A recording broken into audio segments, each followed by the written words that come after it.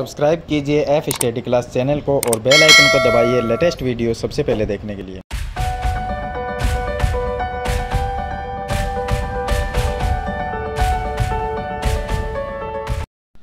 अब देखिए शुरू करते हैं प्रश्नावली नंबर 1.5 जो कक्षा 9 की है। 1.5 प्रश्नावली में पहला जो क्वेश्चन आता है उसमें हमें यह बताना है कि कौन कौन सी इनमें से संख्या परिमेय है और कौन सी अपरिमेय। जैसा कि हम सब जानते हैं कि परिमेय संख्या वो होती है जिसको p/q के रूप में लिखा जा सकता है और अपरिमेय वो संख्या होती है जिसको p/q के रूप में नहीं लिखा जा सकता। चलिए यहां पर देखा जाए तो पहला जो इसमें दिया गया है उसमें दिया गया 2 - √5। अब इसका ये क्या है, परिमेय या अपरिमेय? तो इसे चेक करने के लिए 2 क्या है, एक परिमेय संख्या है और √5 क्या है, एक अपरिमेय संख्या है।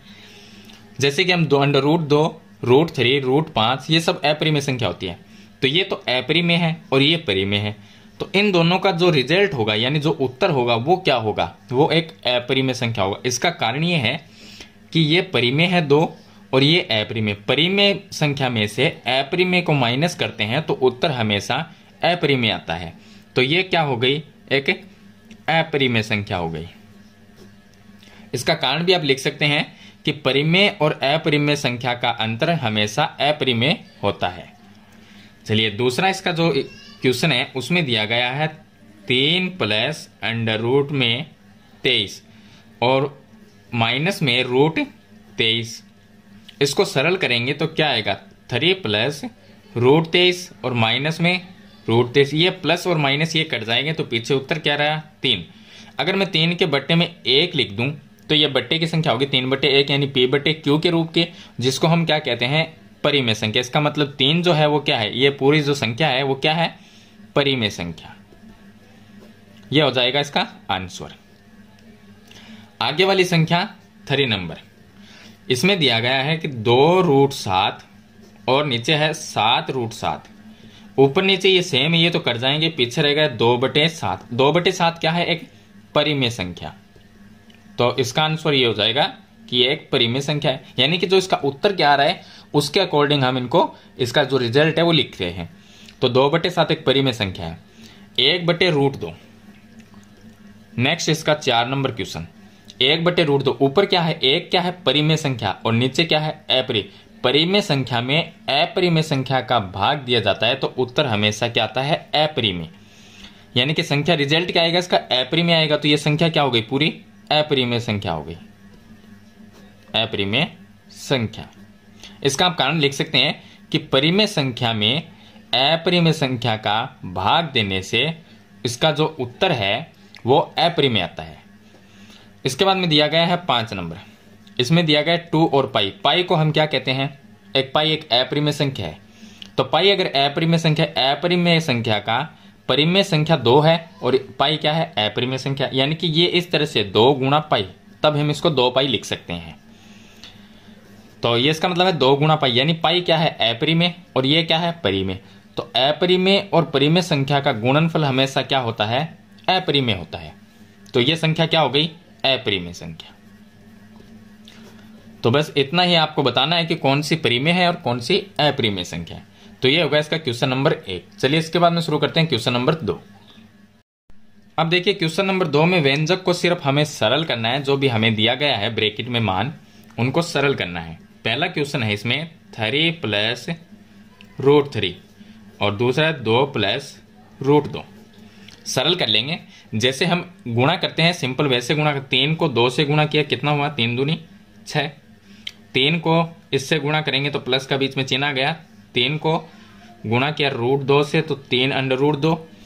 3 को 2 से गुणा किया तो प्लस में ये हो गया 2/3 और इसको इसके साथ में गुणा करेंगे तो यहाँ पर प्लस का चिन्ह आ जाएगा।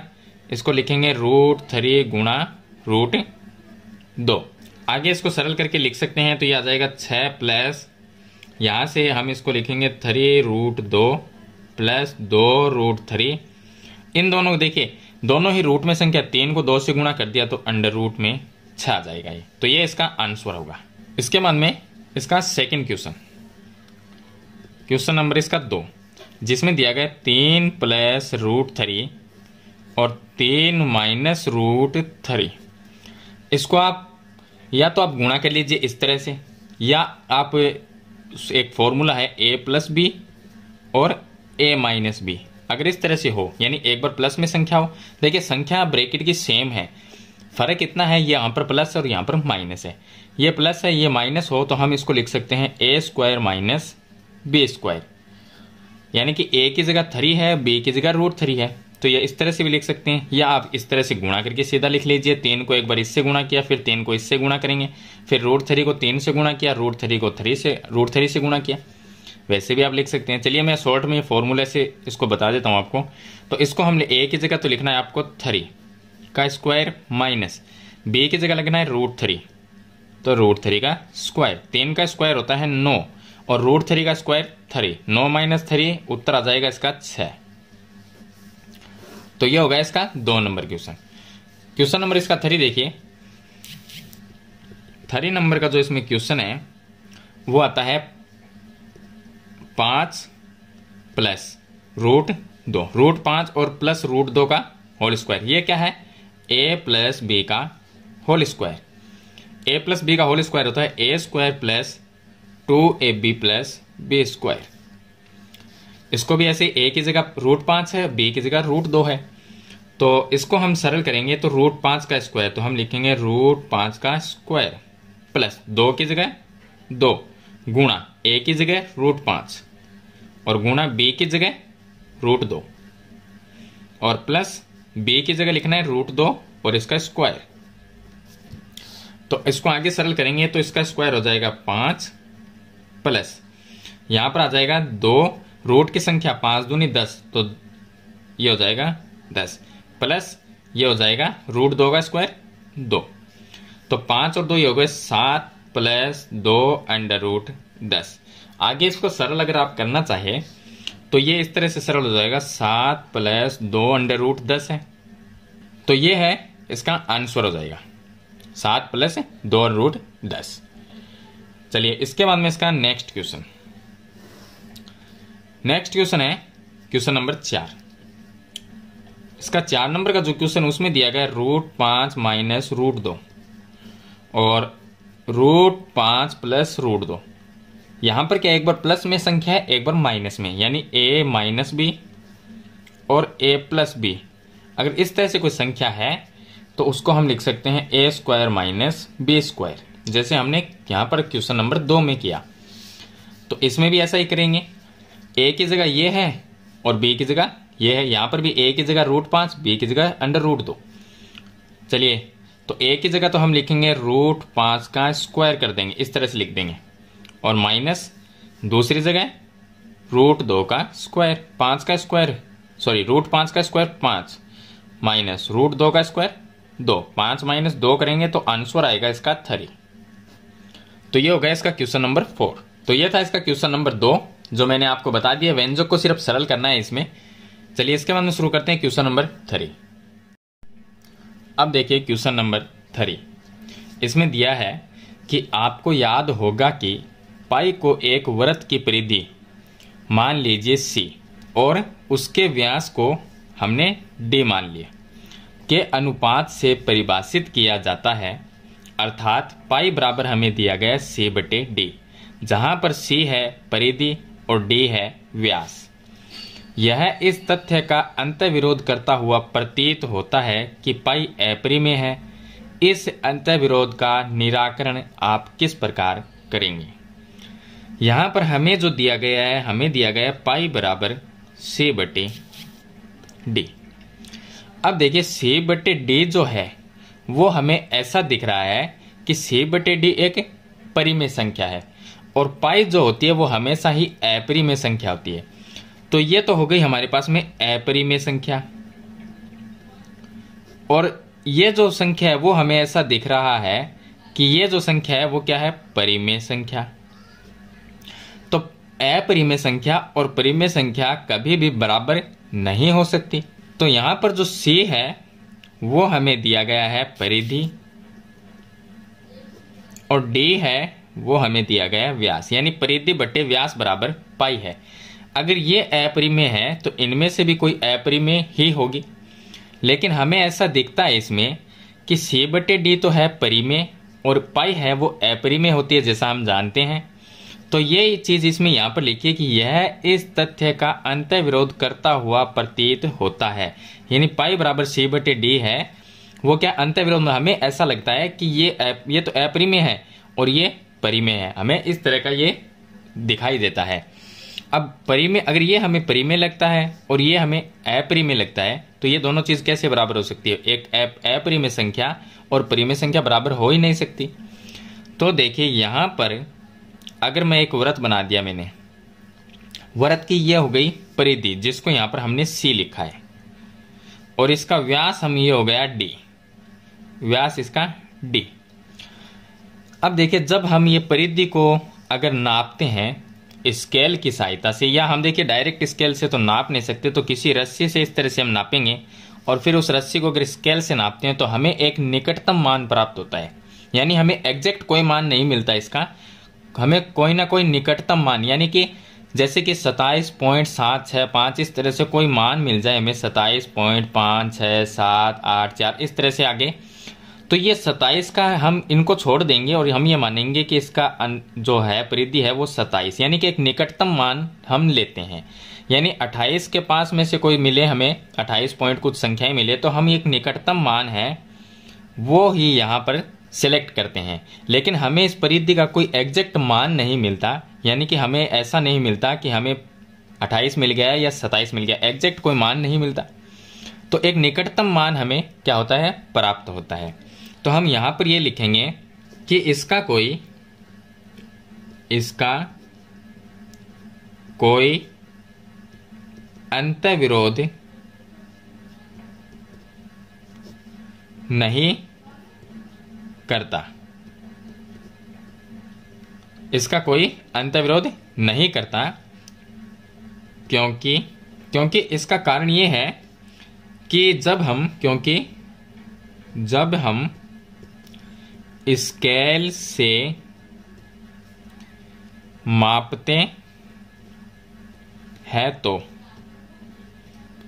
मापते हैं तो हमें एक निकटतम मान प्राप्त होता है, एक निकटतम मान प्राप्त होता है, यानी कि एक निकटतम परिमेय मान प्राप्त होता है, जिसको हम ये मान लें। यानी कि ये आगे वाले नंबर को हम छोड़ दें तो पीछे क्या है? एक निकटतम, यानी 27 के पास का मान या 28 मान लीजिए, कोई भी नंबर मान लीजिए, एक निकटतम परिमेय मान हमें प्राप्त होता है। तो उसकी वजह से हमें ये लिखता है कि c/d है वो एक परिमेय है और पाई है वो एक अपरिमेय है। तो परिमेय और अपरिमेय दोनों चीज बराबर नहीं हो सकती। इसका मतलब c या d में से कोई एक मान है वो क्या है? अपरिमेय है। तो हम यहां पर लिख देंगे तथा c या d में से कोई एक या दोनों ही अपरिमेय है। क्योंकि हमें पता इसलिए नहीं चलता कि हम इसको एक निकटतम मान के रूप में लें, तो हम ये c/d परिमेय हो गया, c/d परिमेय मान ले लेते हैं। अगर हमने 27 ले लिया तो क्या हुआ? परिमेय हो गया। 28 लिया तो क्या हुआ? परिमेय हो गया। लेकिन हमें 27 के पास का मान मिल गया 27.5645 इस तरह से आगे चलता रहे, तो ये है तो अपरिमेय। लेकिन हमने इसको एक निकटतम मान के रूप में ले तो हम इन्हें 27 ले लिया। अब 27 क्या है? हमें तो ऐसा लगता है कि 27 हमने लिया है, तो 27 क्या है? वो तो आ गया परिमेय में। लेकिन ये 27 के पास वाली एक संख्या है, यानी उसका निकटतम मान है ये, इसलिए हमें c/d परिमेय लगता है। लेकिन इसमें कोई भी इसका अंतर्विरोध नहीं होता है इस चीज का, ये भी अपरिमेय है और पाई भी अपरिमेय है। तो यहां पर हम लिख दें c या d में से कोई एक या दोनों ही अपरिमेय है, क्योंकि ये दोनों में से या तो एक परिमेय है या दोनों ही परिमेय। तो इस तरह से इसका हम निराकरण करेंगे। तो ये हो गया इसका क्वेश्चन नंबर 3। चलिए इसके बाद में शुरू करते हैं क्वेश्चन नंबर 4। अब देखिए इसका क्वेश्चन नंबर 4, इसमें हमें दिया गया है कि संख्या रेखा पर √9.3 को निरूपित करना, यानी संख्या रेखा पे √9.3 कहां पर आएगा वो हमें इसमें बताना है। तो देखिए अगर हमारे पास में एक सिंपल संख्या है, 5 हो, 7 हो, 9, कोई भी संख्या, उसको संख्या रेखा कैसे होती है, एक लाइन होती है वो संख्या रेखा होती है। इस पे हम बीच में लिखते हैं 0, यहाँ पर लिखते हैं 1, उसके बाद में 2, 3, 4, यहाँ पर -1, -2, -3। अगर हमें ये कहे कि 5 को दर्शाना है तो हम यहाँ पर ये 5 आ जाएगा, 3, 4, 5, तो 5 को यहाँ पर हम पॉइंट लगा देंगे कि 5 आएगा यहाँ पर। ये तो एक सिंपल संख्या की बात हो गई। अगर अंडर रूट में कोई संख्या आती है जैसे कि 9.3 है, या कोई और संख्या आ जाए जैसे कि √2 है, √3 है, इनको दर्शाने के लिए इसका तरीका जो है वो अलग है। तो हम जो ये क्वेश्चन दिया गया है इसके अंदर 9.3 को हमें संख्या रेखा पे बताना है कि ये कहां पर आएगा। तो चलिए देखिए इसको शुरू करते हैं हम। तो सबसे पहले आपको एक 9.3 है, 9.3 सेंटीमीटर की आपको एक लाइन है वो बनानी है, यानी रेखा खींचनी है। तो 9.3 सेंटीमीटर की हम एक रेखा बनाएंगे। तो यहां पर आता है हमारे पास में 9.3, इसको नाम दिया हमने A पॉइंट, यहां पर जो है इसको नाम देंगे B पॉइंट। अब ये जो रेखा है वो कितनी है, 9.3। तो यहां से लेके और यहां तक ये है हमारे पास में 9.3। अब क्या करेंगे, B जो पॉइंट है उससे 1 सेंटीमीटर आगे बढ़ाएंगे इसको। तो चलिए इसको 1 सेंटीमीटर और आगे ले लेते हैं। तो यहां से हमने 1 सेंटीमीटर और आगे ले लिया, तो यहां पर आ जाता है बिंदु C आ जाता है। ये दूरी यहां से यहां तक कितनी है, 1 सेंटीमीटर। अब क्या करेंगे, अब हो गई पूरी C तक हो गई, ये पूरी लाइन है वो AC हो गई। AC का हम क्या करेंगे, आधा करेंगे। अब किसी भी लाइन का आधा करना आपको आता होगा कि जो भी लाइन है उसका हम आधा करेंगे, तो उससे हम क्या प्रकार को आधे से थोड़ा ज्यादा रखेंगे और दोनों तरफ चाप काट देंगे। तो ये देखिए प्रकार को आधे से ज्यादा रखना है आपको, तो आधे से थोड़ा सा हम इसको ज्यादा रखेंगे इस तरह से, और यहां पर एक चाप यहां पर काट देंगे और दूसरा चाप नीचे की तरफ। चलिए उसके बाद में यहां पर रखेंगे और एक चाप यहां पर काट देंगे और दूसरा चाप नीचे की तरफ। ये दोनों चाप जहां पर कटते हैं इनको अगर मिलाते हैं तो इसका क्या है, सेंटर बिंदु प्राप्त हो जाता है, यानी बीच का पॉइंट। तो इसको हम डैश डैश करके इसको मिला देंगे इस तरह से। यहां पर एक बिंदु आ जाता है हमारे पास में जिसको हम नाम दे देंगे O। अब देखिए बिंदु जो O आ गया, अब उसकी अलग अलग दूरी लिख लेते हैं। पहले देखिए जो AB है वो है 9.3 और B से जो C है BC ये कितनी है, 1 सेंटीमीटर। तो पूरी कंप्लीट कितनी हो गई, पूरी हो गई है 9.3। तो ये यहां तक हो गई A से B और 1 सेंटीमीटर आगे C तक आ गया, तो पूरी 9.3 और 1 कितना हो गया, 10.3। यानी ये जो दूरी है कंप्लीट यहां से लेके और यहां तक वो हो गई 10.3। तो 10.3 हो गई। अब देखिए आधी आधी कितनी हो गई, ये A से C तक तो है 10.3 हो गई। अब ये हो गया इसका बीच का बिंदु इस लाइन का। तो A से O तक और O से C ये कितनी होगी, यानी आधी कितनी होगी, 10.3 का आधा करेंगे तो आएगा 5.15। यहां से लेके यहां तक की जो दूरी है वो है 5.15। तो आगे भी कितनी है, ये 5.15 ही होगी। यहां से लेके यहां तक ये भी 5.15 है। चलिए अब अगर O से OC है वो 5.15 है, यहां से यहां तक ये भी होगी 5.15। ये तो है OC। अगर OB की बात करें तो OB कितनी होगी, तो BC कितनी है, BC है 1 सेंटीमीटर।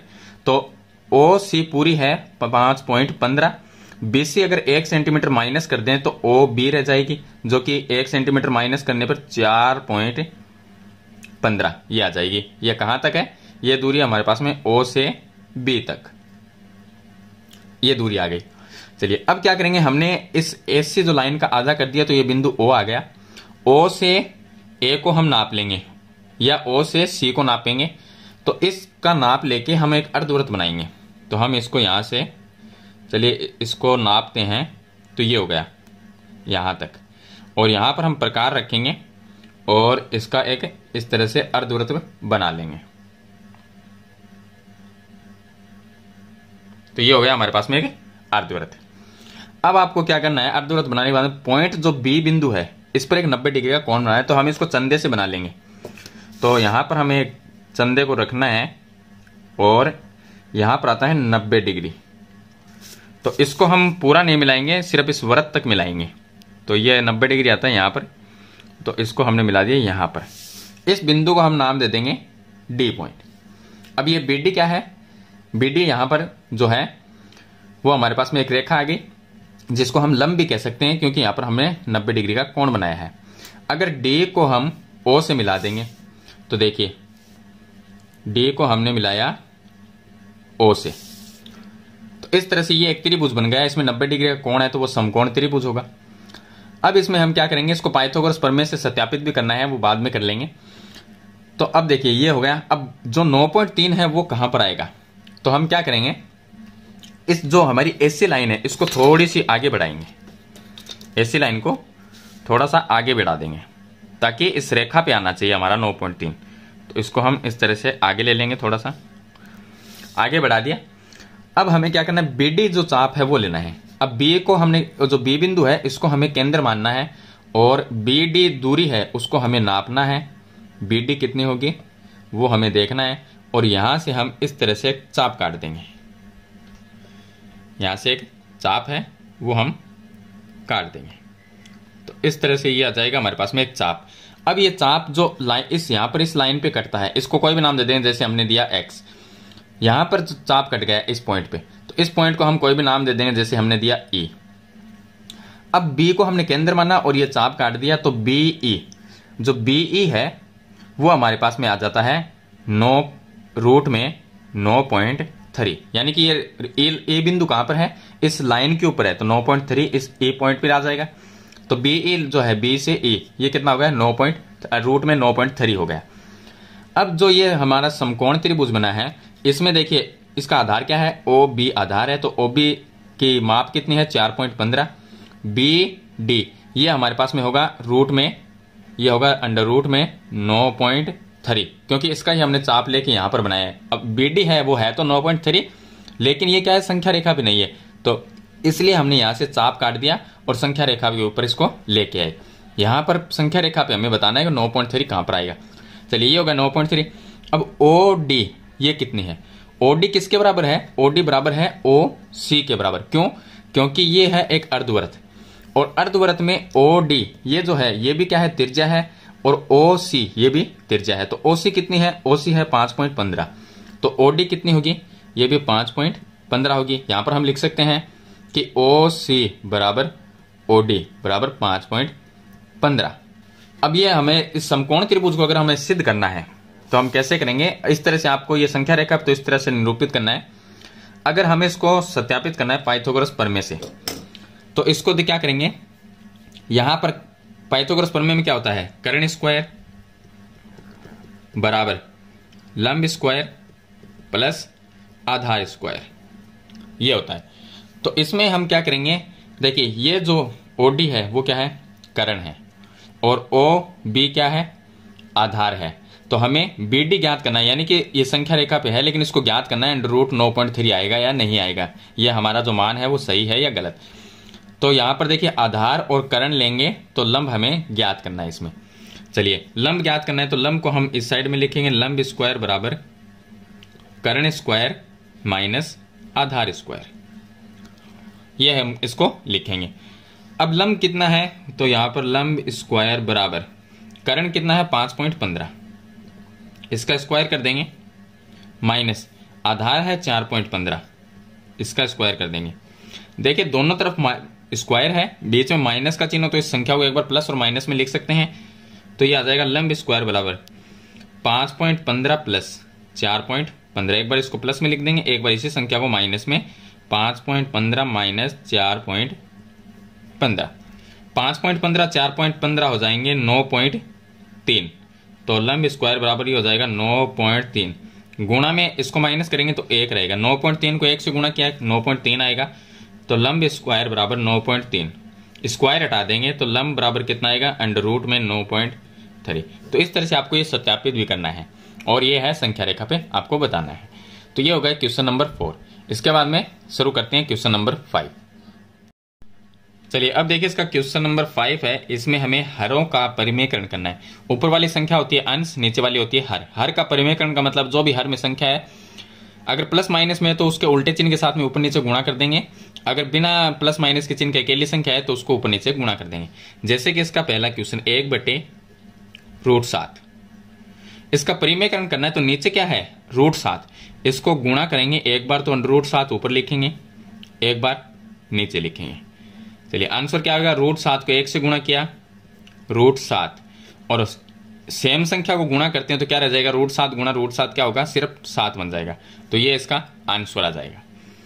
सेकंड क्वेश्चन इसका, इसमें है 1/√7 माइनस √6। इसमें देखिए बीच में दो संख्या आ गई और बीच में माइनस का चिन्ह आ गया। तो बीच में माइनस का चिन्ह है तो हम गुणा क्या करेंगे, नीचे वाली संख्या है उसको ऊपर नीचे लिखना है, लेकिन बीच में चिन्ह प्लस का लिखना है। तो √7 प्लस √6 लिखना है और नीचे भी √7 प्लस √6 लिखना है, क्योंकि परिमेयकरण करते हैं तो चिन्ह है वो चेंज कर लेते हैं हम।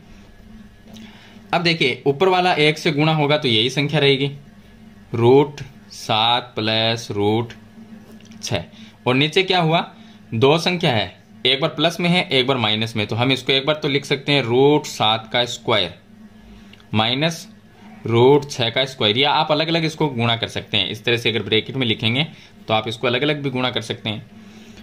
अब कितना आया, √7 प्लस √6 और √7 का स्क्वायर 7 होता है और √6 का स्क्वायर 6 होता है।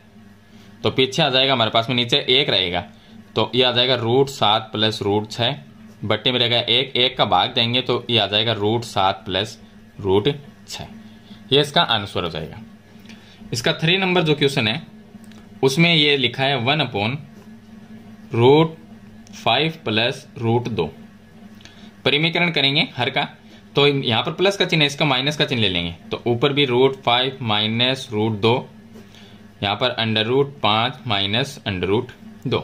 ऊपर वाली को 1 से गुणा किया तो ऊपर वाली सेम संख्या आ जाएगी, लेकिन नीचे क्या एक बार प्लस और एक बार माइनस में, संख्या सेम है चिन्ह का फर्क है दोनों में। तो क्या लिखेंगे, पहली संख्या √5 है तो हम लिखेंगे √5 का स्क्वायर माइनस दूसरी संख्या √2 है तो √2 का स्क्वायर, ये लिख लेंगे। अब आएगा हमारे पास में √5 माइनस √2 और नीचे √5 का स्क्वायर 5 और √2 का स्क्वायर 2, तो ये आ जाएगा √5 माइनस √2। 5 माइनस 2 कितना रह गया, 3। ये इसका आंसर आ जाएगा।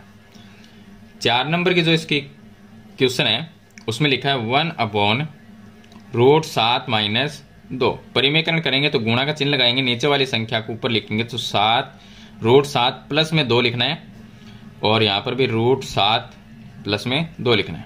ऊपर वाली को 1 से गुणा किया तो √7 प्लस में 2 आ जाएगा और नीचे वाली को √7 का स्क्वायर, क्योंकि एक बार प्लस और एक बार माइनस में संख्या है तो, और माइनस 2 का स्क्वायर। अब देखिए यहां पर ऊपर वाली संख्या तो सेम रहेगी और नीचे वाली संख्या √7 का स्क्वायर 7 और माइनस 2 का स्क्वायर होता है 4। ये √2 नहीं है 2 है, तो यहां पर हमारे पास में आ जाएगा √7 प्लस 2 बटे में 7 माइनस 4 करेंगे तो रह जाएगा 3। तो ये इसका आंसर आ जाएगा। तो इसमें हमें 4 ही क्वेश्चन दिए गए थे जो मैंने आपको बता दिए कि परिमेयकरण है वो किस तरह से किया जाता है। तो इस प्रश्नावली के जो क्वेश्चन है वो मैंने आपको सभी बता दिए हैं। वीडियो अच्छे लगे तो लाइक और शेयर जरूर कर देना। चैनल पे नए हैं तो सब्सक्राइब करना और बेल आइकन का बटन दबाना, ताकि नई वीडियो की नोटिफिकेशन है वो आपको सबसे पहले मिलती रहे। आज की वीडियो में इतना ही, मिलते हैं नई वीडियो नए टॉपिक के साथ, तब तक के लिए थैंक यू।